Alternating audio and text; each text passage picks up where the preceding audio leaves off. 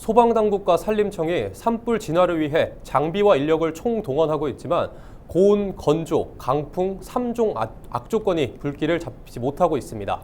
현장에 투입된 진화대원들도 쉽지 않은 상황에서 고군분투하고 있을 텐데요. 이런 대형 산불이 어떤 식으로 진화작전이 펼쳐지는지 대구 동부소방서 조상훈 소방관 연결해 이야기 나눠보겠습니다. 네, 장비 사용을 비롯해서 대형 산불 진화는 어떻게 이루어지는 걸까요? 대형 산불 진화는 신속하고 체계적인 대응이 중요합니다.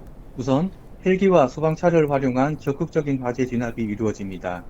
헬기는 공중에서 대량의 물을 투하하여 확산을 막고 소방차와 대원들은 지상에서 방어선을 구축하고 잔불 정리를 수행합니다. 또한 진화 인력을 적절히 배치하여 주요 확산 경로를 차단하고 잔불 정리를 통해 재발화를 방지하는 것이 핵심입니다.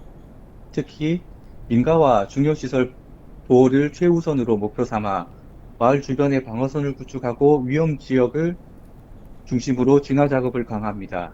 이를 위해 유관기관과 협력하여 우선 진화 대상 구역을 신속히 설정하는 것이 중요합니다. 네, 바람의 방향이 갑자기 바뀌어서 고립되는 위험한 상황도 있습니다. 위기 상황 대처 방법은 어떤 게 있을까요? 강풍이 불면 산불의 확산 속도가 빨라지고 예상치 못한 방향으로 번질 수 있습니다. 이를 대비해 지형과 바람의 흐름을 지속적으로 분석하여 진화 전략을 조정합니다. 만약 대원이 고립될 경우 저지대 등 상대적으로 안전한 지역으로 대피하고 무전을 통해 신속하게 구조 요청을 하고 있습니다. 네, 소방대원들의 안전도 중요할 텐데요. 방염 진화복이나 마스크, 안전화를 비롯해서 이런 보호 장비는 좀 안전하고 충분한지도 궁금합니다. 소방대원의 안전을 위해 방화복, 방진 마스크, 안전화 등 보호 장비가 필수적입니다. 충분히 갖춰져 있으니 안심하셔도 됩니다. 네, 그렇다면 소방대원과 공무원이 협업할 때도 주의가 필요할 것 같은데요. 어떤 점 주의해야 할까요? 산불 진화는 소방대원뿐만 아니라 산림청, 지자체, 군, 경찰 등 여러 기관과의 긴밀한 협업이 필요합니다. 각 기관 간 신속한 정보 공유와 역할 분담이 필수적이며 통합 지휘 체계를 유지하여 혼선을 방지하는 것이 중요하기 때문에 산불 대응을 위한 기관 합동 훈련을 주기적으로 실시하고 있습니다.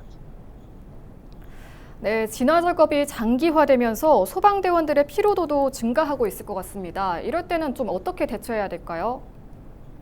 대형 산불이 발생하면 소방대원들은 장시간 진화 작업에 투입되며 극도의 피로를 경험하게 됩니다. 이를 해결하기 위해 교대 근무를 철저히 운영하고 체력 회복을 위해 식사와 충분한 수분 그리고 휴식을 보장하고 있습니다. 또한 구토 증상과 과도한 피로가 발생한 대원은 즉시 응급 조치를 받을 수 있도록 지원 체계를 상시 유지하고 있습니다. 네, 끝으로 시민들에게 당부 말씀 부탁드립니다. 현재 전국적으로 산불이 동시다발적으로 발생하는 위급한 상황입니다. 소방대원들은 최선을 다하고 있으니 시민 여러분들께서도 산불 예방에 적극적으로 협조하여 주시기 바랍니다. 네, 오늘 말씀 여기까지 듣겠습니다. 고맙습니다.